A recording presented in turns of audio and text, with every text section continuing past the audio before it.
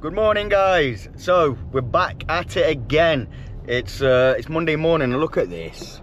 I mean, you can't really see too much because of the screen, but lovely little sunrise.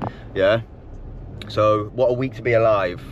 Got a pretty relaxed week this week, but I'm still gonna try and give you as much knowledge, as much value as possible, and show you around what we do on a weekly basis. So first of all, morning routine. Straight first thing this morning, 4:45, wake up, go to the bathroom, do what I need to do there, do my teeth, and then I'm downstairs. I'm meditating for 15-20 minutes around 5 o'clock, and when I'm meditating, that is me manifesting. Yeah, so when I'm meditating, I go into a very deep relaxed state, and then I start thinking about what it is I want in the future. Yeah, every day I'm doing that because it excites me.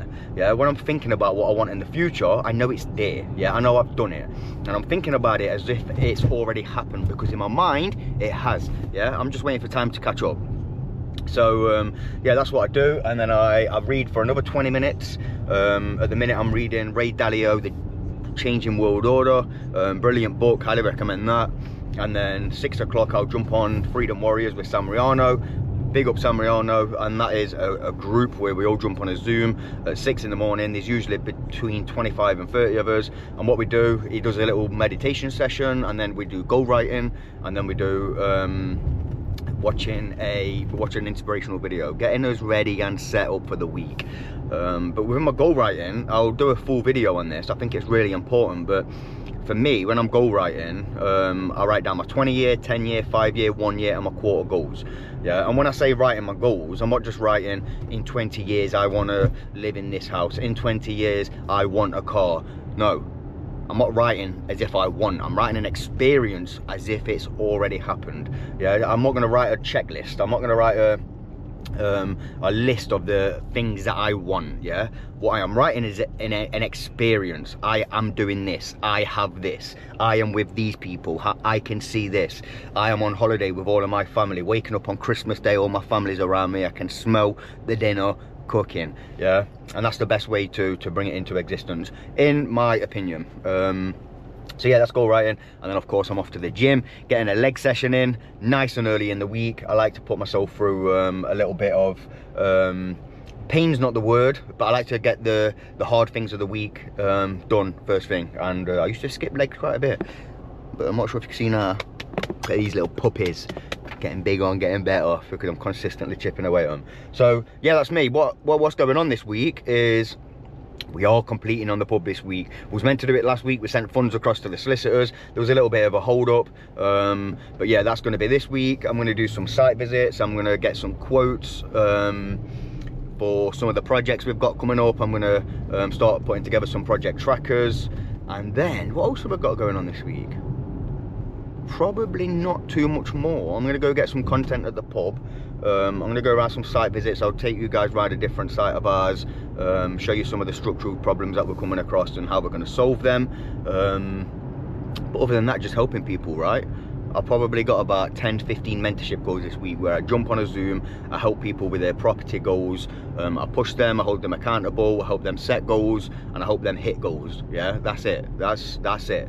And I hope them get results. Yeah, results don't lie. I say this all the time. I'm not like one of these other mentors, training companies that will take your money and then not give a shit. Nope, that's not me. If I'm taking your money, I'm getting you results, and it's as simple as that. One last thing for me, guys. So last week and the week before, you would have seen I'm on my vlogs, and I'm mainly on my own. And Ray said to me, by the way, Ray's my wife, if I've not already mentioned it. I actually think I have, but she said I haven't. So she had a bit of a go at me last night. She said, Justin, you're on these vlogs, you're talking about you, I'm doing this, I'm doing that. So it's not just me, yeah, it's my wife. And my wife is actually Ray, and she's the engine. Yeah, she's the engine behind the business. She's a very smart, business savvy woman.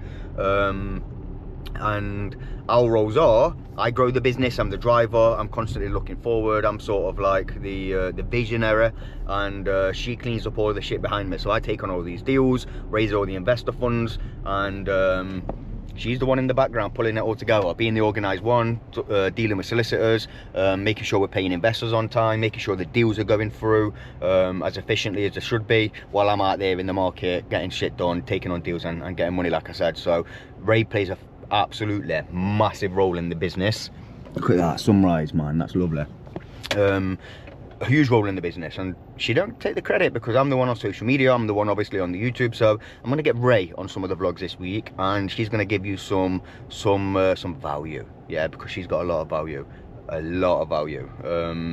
So I'm gonna get her involved in some of the vlogs this week, so I don't get another bollocking. She was not happy when I was saying me, because it is me who does take the credit, because I am the face of it, but she's the one who actually makes shit happen. So let's go. I'm gonna show you a little Ray. I'll show you soon. Come on. Yes, guys. So still Monday, and we've actually not really done too much today, and the reason being is because we've just been clearing up all of the admin work, all of the kind of like low-level stuff from what's coming over the weekend. But I've just had a phone call from a landlord that we're buying quite a few buy-to-lets from, one of the biggest landlords in Nottingham, and he's selling a lot of his stock, so me and Ray are buying a lot of his stock. So I just had a phone call with him, just secured another 3 buy-to-lets that we are going to be buying in June, July and August. But also, we've just picked up some boards, which are in the car, for in-grey lets, yeah? And guess what? I've got a guest. No, I can't go on. Of course you can go on. I've got a bong eye. You haven't got a bong eye. You're allowed to say bong eye. You haven't got a bong eye. And I've got a cardigan on. That cardigan's cute. No, and I ain't got no makeup. Ray, come and make a guest appearance. I'm not going on. Alright, turn around then. I'll record you from the back. Sure. Okay, so Ray will make a guest appearance later on this week, yeah? And I've already told you, she's the engine behind it all. She's the one who makes it happen. He's only saying this because I've just gone mad at him. You haven't gone mad at me. That's why. No, sometimes I take the credit for it. In fact, always I take credit for it. And the reason being is because I'm present on social media. I'm Ray less. So, yeah, but what we are doing, earlier what we picked up is some bandit boards, some to let boards, because we're bringing management in-house. So we currently have, once built out, I calculated this the other day, Ray, 191 rooms, 191 units. No, 191 built out units, and that's purchases, no rent to rents or anything like that. So what we're doing is we're bringing lettings in-house, yeah? So we're hiring 2 staff members. They're going to manage the whole portfolio. And they're gonna sort of like manage all the tenants we've got, deal with the maintenance, do the tenant fines when tenants' rooms come available. And then if they have a little bit of time left over, which they probably might hopefully have, then they're gonna do some PA stuff as well. But the person behind that is Ray. So she's dealt with tenants always. So when we first got into business, we had a rent-to-rent portfolio. Ray dealt with the tenants. So she's been working with Coho, onboarding all of our properties, putting all the systems in place, processes in place, getting a website set up, getting the bandits board made. But she don't want to make an appearance today, so I'm sure she'll come on and give some tips, Ray, for letting rooms and stuff, yeah? Yeah, can do that. Yeah, so that's what she's going to do. Don't do it. Don't do it. Ray's not a massive fan of self-managing, but I am. Now the reason... I don't mind, as long as I'm not left to do it all. Yeah, so here's the thing, you know when you hand over any of your portfolio to a letting agent, to me, you're not in control. You are not in control of your portfolio. If that's full, as in if your rooms are full, that's down to someone else. Because if someone leaves and they don't fill it well enough, that's down to an agent. If the rooms aren't up to scratch, that's down to an agent. If you're not filling because your rooms just are outdated, that's down to an agent. Maintenance, is it getting done correctly? That's down to an agent. Now, ultimately it is down to us as investors, but we're handing over that control when we give it to a letting agent, in my opinion. Because if you're going to be on top of that yourself in terms of looking at your rooms, making sure they're full, what's the point in paying a letting agent to do that? Now these take 10% every single month, plus VAT, plus tenant fine fees, adds up maybe 10k a month that you're paying to these. So we're going to bring it in-house, bring it all under control, make sure our rooms are full, and rooms are up to scratch. Yeah, because what we've been doing over the past 5 years is scaling. Yeah, we've been scaling and we've taken on so many properties, but some of them are maybe starting to look a little bit run down. Maybe some of them could do with a little bit of TLC. So that's mainly the reason we want to bring it in-house. But then what we might do is expand in Grey Lets, set up a full-blown letting agent. Ray will be the operations manager. Ray will be the director CEO of the growth. No, I won't. You will, and I'll watch. I want to be a housewife. No, you're not being a housewife. You're being the What? You're the CEO, operations manager, lettings manager, and I'm gonna watch. Can you mash these potatoes? Okay, guys, I gotta go because I need to mash some potatoes. Today's Tuesday, so I didn't do really much recording yesterday, and to be honest with you, not really much is going on today. We've got a few things which is bubbling in the pipeline, in the background. Said that wrong. In the background. Like a couple of deals going through conveyancing. We had a couple accepted recently. Obviously, we're sorting out all of the in-house management stuff. I've got a special guest here today. I've got a very, very special guest. You guys don't know her yet because I've not mentioned her. I have mentioned her. But what Ray is going to do... Don't put me on the spot. I'm not going to put you on the spot. Just give me your best motivational, inspirational quote. No, do an intro, Ray. You've already told me to do this in the kitchen. No, but you didn't do a proper intro because they couldn't get you on. What do you mean? No, the other day you gave it to me. Grab it. Oh, for God's sake. I hate doing stuff like this. Well, just tell them who you are. They know. No, but from the horse's mouth.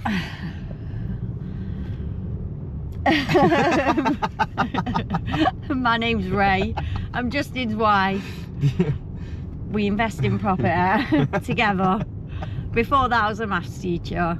I hate doing stuff like this. I've got sunglasses on because I've just had laser eye surgery, sorry. My job is more organising and admin. So when we have an offer accepted, I will instruct the solicitor.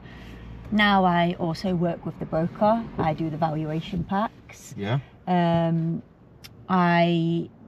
liaise a lot with the builders now as well. Tell the camera, don't tell me. What else do I do? All the letting side. So if that's with a letting agent or when it's coming in-house, I'll be doing all of that. I've always done that part. Yeah, I think that's about it. Yeah. There's loads of other things. Obviously the accounting side of things. Furniture, the bills, furniture's the back end of the property when it's completed, but yeah. Yeah, okay. So next question is, where do you see us in the next 3 years? I see us on a beach, having people that do the lettings for us, so we're less involved. Well, I'm less involved, and I would like a beaver. Yeah, okay. Yeah. So yeah, we're going to do a few things this week. I'm going to do a couple of site visits. Ray's going to come as well. And we're just going to show you around. I actually can't go on site with the dust because of my eyes. Ray's had laser eye surgery, guys. So I really liked Ray when she wore glasses, but now she's not going to need to wear glasses, and she's not going to be the same Ray. She used to look like, you know, that Velma off Scooby-Doo. When you know Velma. Yeah. Yeah, that's what it used to look like. No, I didn't know. So yeah, guys, keep watching on because we've got some exciting stuff to come in this episode because you're going to see me. And here's the thing with the pub as well. What I'm going to do is I want to talk you through the numbers, talk you through the planning process, but also we're actually inheriting a lot of the stuff that's in there. So there's a massive karaoke machine. I've already bagged that. Yeah, big karaoke machine. And a sunken lounge. Yeah, and there used to be. It was actually ran as a strip club. So, well, there was a part of the pub which ran as a strip club. So Justin's going to take the pole and practice. I'll take the pole, I'll show you how to twerk it. I'll show you how to grind on that thing. Yes, guys, look who I'm with. I'm with G-Dog. Go on, G-Dog. Give him an introduction. So this is the youngest member of the JBM team. Yeah, what you work with me and Ray, yeah? You work with us? George is the director, you let out the rooms, don't you? Tell him. Tell him you let out the room. Stopped, Yeah. a Range Rover stopped in that, what are you doing? Just recording the conversation. Stopped. Yeah. Instead of pulling to the side, no cars could get past. And the car was like, It was beeping. There was a woman behind, like, just with a hand on the horn. Beep. And this man got out and went to her and was like, we know you're waiting for a space. She was waiting for a disabled space, but there was nobody coming out. Just put your car over. No one could get past. You won't move. No one could get past. There was she's queuing like onto the Statue of road. Liberty. Yeah. Yes, guys. Change of scenery. Me and little Ray, we're in the office and we're just discussing. It's an end of an era, isn't it, Ray? Okay, so guys, picture this. On a sunny afternoon in 2018, me and Ray started something called Rent to Rent. Now, this is where we was managing other landlords' portfolios for them. HMOs. So we was giving them guaranteed rent, doing all the voids. They was having no voids, we was paying the maintenance, and was giving them a guaranteed rent. We was renting these houses out, spending a little bit of money on them, and we tenanted them. And then what we paid the landlord, we then paid the bills. What was left over from the tenant's rent is what was our profit. Very lucrative at the time, not so much now. We built up a big portfolio of over 150 rooms, although that changes all the time. 17, 18 properties, I'm sure it was 400 at one point. 17, 18 properties. And that's what got us started. That's what got us hungry. That's what allowed us to quit our jobs and do property full time and then move on to the bigger stuff, like purchasing. So why is that an end of an era, Ray? We've still got some rent to rents, but come on, Ray, you tell us. Well, because that's what got us into it. That's what made us leave our jobs. The ones we're handing back was always amazing, cash flowing, easy, weren't they? Yeah, but why are we now ending it? What's going on? You haven't told them handing them back. Oh, sorry.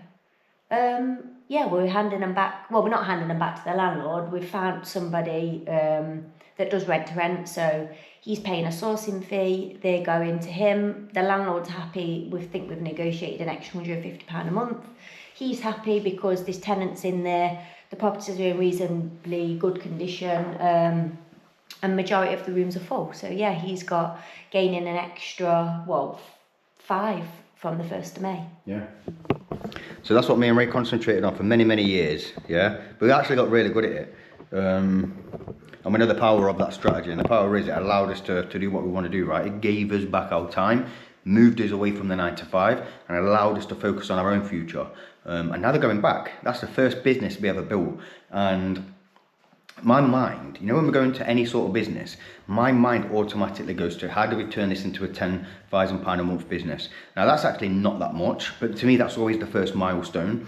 So rent to rents, we eventually got it to 10,000 a month, and I think we've done that in maybe 2 or 3 years, which is actually quite long. That's quite a long time to get it to there. We was quite buzzing with that. Yeah, we was really happy with that. We was like 10 grand a month. That's loads. And then we built another business, which was the purchases, and then we scaled that to 10 grand a month and more. And then we set up the mentoring, and then we scaled that to 10 grand a month and more. And there's another business we've done it with, Ray. Mentoring, rent to rent, purchases. Surely something else. No, but yeah, the moral of the story is that one's going back, yeah? And that's what got us started. So what I want to say to any of the landlords, if we had your rent to rent, you probably can't even, probably not been watching this, but if we was managing your rent to rents, thank you for giving us the opportunity. Because I used to turn up to these viewings, meeting landlords, wearing uncomfortable clothes because I wanted to look smart. Like I was wearing nice smart trousers, I was wearing nice smart shoes, like shit flickers, which was uncomfortable, and I probably looked like an idiot in like a tight shirt, trying to impress. But that's what I had to do, yeah? That's what got the landlords on board. That's what got the landlords to trust us. They seen we was 2 young, hungry people. So for them landlords who allowed us to take your property and make an opportunity out of it, I thank you from the bottom of my heart. Let's go. Yes, guys. Back again with little Ray. Let's go, Ray. Yeah, come on. We've just been on a viewing. It's an auction purchase.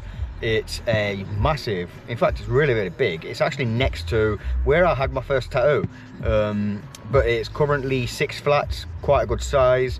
It's auction, which is probably the downfall, because when you're doing things like flats and maybe title splits and maybe having to upgrade some of the stuff in there, really what you need is a little bit of time through conveyancing. So when it's auction, obviously you've got minimal time really. If you get it accepted, you've got 28 days to exchange and complete, which is not an issue. We've got really good relationships with lenders, so we can exchange and complete in 28 days, but you've got to figure out your exits. Now, figuring them out within the 28 days is probably the hardest part. So yeah, just been around there. The main things we look for when we're looking for title splits, because that's what the strategy would be, is size of the flats, to see if we could get lending individually, whether they've got their own services, whether they're tenanted, whether they need any work doing to them. So that's all the things that we was looking out for. So quite promising. It's got 6. It's got the potential to convert it to a 7th. What did you think of it, Ray? I thought all the tenants was lovely. Yeah, there was. The keep all of the flats was kept nice. Yeah, and it was a bit of a shame. Some of the tenants were lovely and the landlords just let them live with like mould and stuff. Yeah. But that's some horrible landlords out. Although there wasn't much bad mould, No, to be because honest. the tenants are cleaning it up themselves when they should put in ventilation. The Yeah, tight agreed. houses. But that's what we do differently, guys. We're good landlords. My hair, by the way, is all over the place. We're good landlords, and good landlords are actually really hard to come across. But one of the things I like about this block is, to us, it's diversification. Oh, you can see our signs in the back, by the way. To us, it's diversification. So we have a lot of HMOs in our portfolio. We're currently buying a lot of buy-to-lets. We have other assets, like we've got a hotel, we've got like a block of 6 flats. But this year we are looking to massively diversify and just sort of like protect our assets and have different asset classes in the business, which are more hands-off. Guaranteed cash flow because you've got like long-term tenants in there, Yeah, sort of some like of the them family have been in there houses. since 2012. Yeah, so some of them had been in there a very long time. And that's really the main focus this year. In fact, it's the whole focus. That is everything. No more HMOs. I mean, we'll develop what we've currently got in build, and we had one accepted not so long ago. But we've got enough. Do you know what I mean? Like, how many HMOs do you need? Like, when do you stop? When's enough? So we've got to our desired cash flow from what we wanted to achieve from them. Now it's all about building the long-term wealth through different asset classes, just like that one. So yeah, I'm going to run some numbers on it, maybe have a look at it with Luke, who reviewed it with. But I'm going to be totally honest, my first initial thoughts are, I would really love to buy it, it's at a really good price. It's just the auction conditions. Like, you've got to make sure you've got them funds available, the lending's available, and an exit. It's up for maybe 325 or 350, which is good.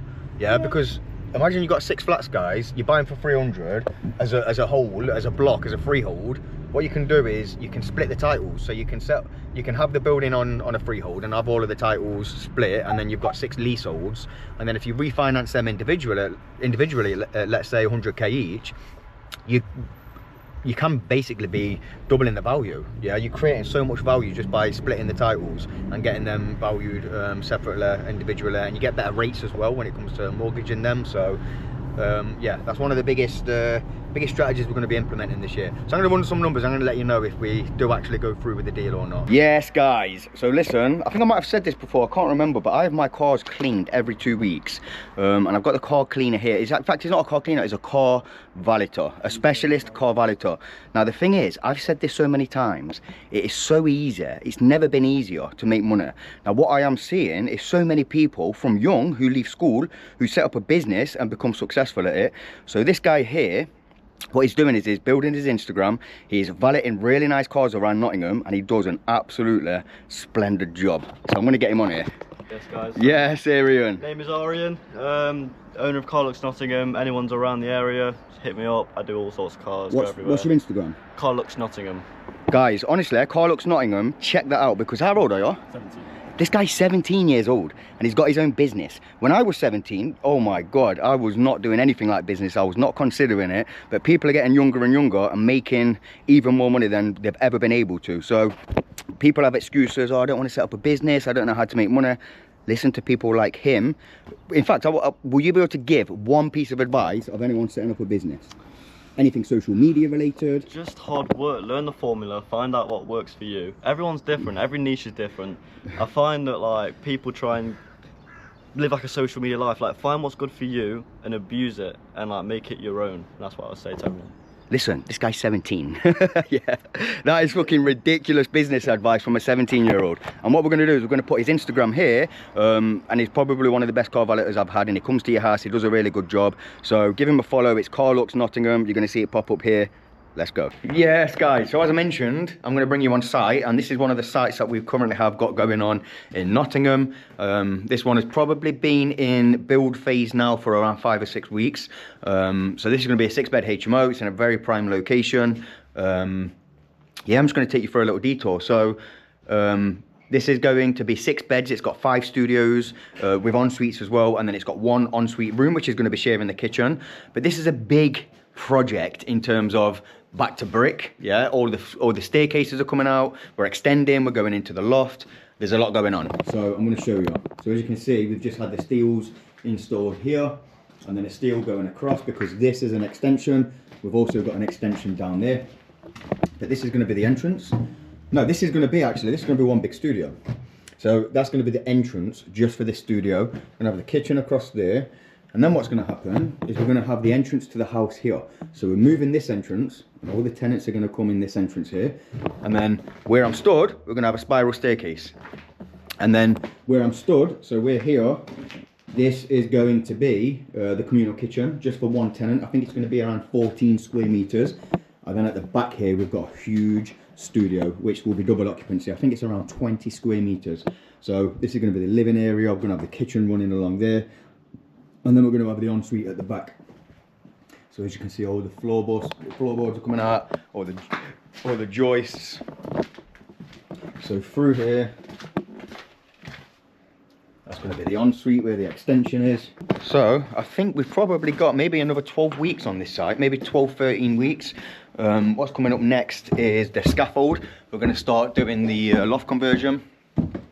Start dropping all the floors, start installing staircases, and then we're going to be doing the first fix electrics and first fix plumbing, and also joinery. So putting all the stud walls up, forming the walls, forming the en-suites, and then we can crack on with the plastering. Yeah, so I'll be honest with you, I've done that many of these. They're a bit boring to me. Yeah. I mean, I won't say they're boring because they serve a purpose, right? I'm just using this as a vehicle to get to where we want to get to. But I used to come around site and I used to be so excited, like, yes, look at this, look at that. And now I'm just walking around and I don't really have to visit too much because we've got a lot of reliable builders on site. So that's the extension. Up here, we're going to have two rooms, right? So this room is going to join with this room. That's going to be one big studio. And then we're going to have one big studio coming around here. And then this was the old loft conversion. And as you can see, this was the stairs, the steps going up, and they're dodgy. They don't meet building regs. So they're gonna have to be replaced with a spiral staircase. And I'll be honest, I don't even like walking up here. They're held in by just this little screw. This screw is keeping me alive. So up here, nice big loft. And then what we have is, this is the outrigger, yeah? This is what we call the outrigger. So, yeah, I'm not going to show you over there. I can't really give you an example, but what I call the outrigger, and in fact most architects will call it the outrigger, I think, is where we have the kitchen, which looks like an extension, and then the bathroom above it, which is this section here. That's an outrigger, and that's probably one of the main things I'm looking for when we're developing these HMOs. You've got a ground floor outrigger and a first floor outrigger. Depending on the square meterage we've got in the existing house, 9 times out of 10 we can convert them into a 6 or 7 bed HMO. Most people would have come into this loft, by the way. Look at it. It's not even that big, in my opinion. Most people would have come up here and thought, right, we can get 1 bedroom up here. However, we are going to drop both floors, so we're going to gain a lot of head height here, because it's only usable up to 1.5 meters. And then this is all going to come out. In fact, it's already a dormer, sorry, but this bit's going to be a dormer as well. So this is already a dormer, but we're going to create like an L shape above the outrigger there. So we're going to be adding an additional, I would say maybe 20 square meters up here, which is going to allow us to get a studio and also an ensuite bedroom. Now I'm about to take you around the back and show you the rear extensions. So this is where the new entrance is going to be. New entrance is going to be here. Here's the new extension. By the way, all of these works are done under permitted development rights. Yeah, meaning we didn't need planning permission. So you can see how much we extend and how big the loft's going to be. We haven't even got to ask for planning permission. We haven't even got to inform the council. However, for that to happen, you have to build your extension and loft conversion like for like. So if you've got tiles on your roof, you want to be doing your dormer like for like tiles, it's got to blend in, and same with the extension. What you can't really do is block and beam if your house is not block and beam. If your house is bricks, you can't really render. So it's got to blend in. However, this is not blending in, but what we're probably going to be doing is chipping away all of this render so it does blend in, so it will all be brick wall.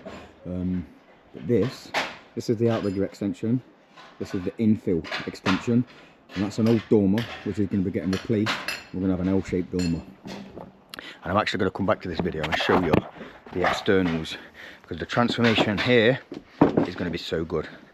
Yeah, we really really convert these into high luxury living bedrooms.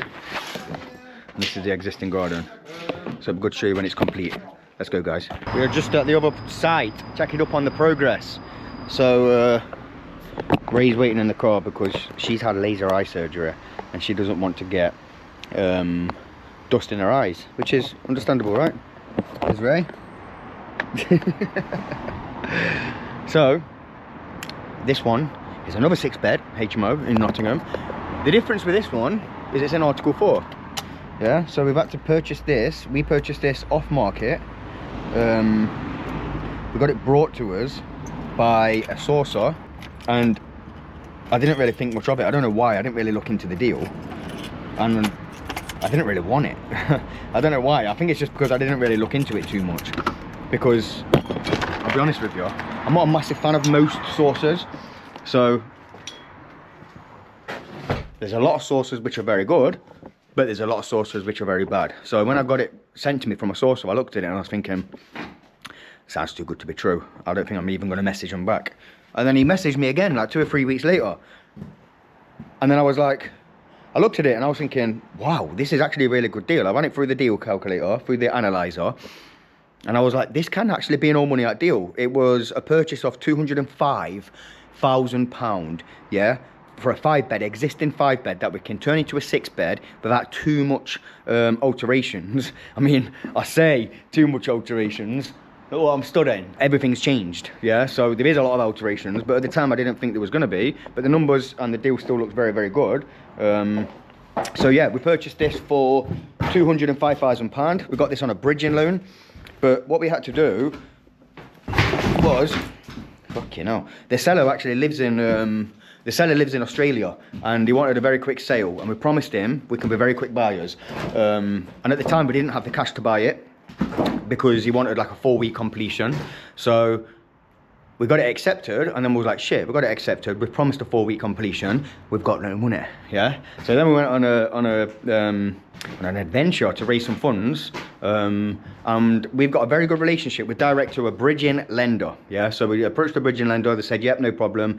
We can lend to you within 28 days, and we could borrow you the money for the refurb as well. We're spending around £180,000 on this, but you're going to need to put in a £60,000 deposit, and then stamp duty, upfront costs. So we had to find 90, maybe £100,000 to put in this deal, but we're leveraging maybe 150 from the bridging lender plus 180, so probably in total 330 that we're leveraging from the bank.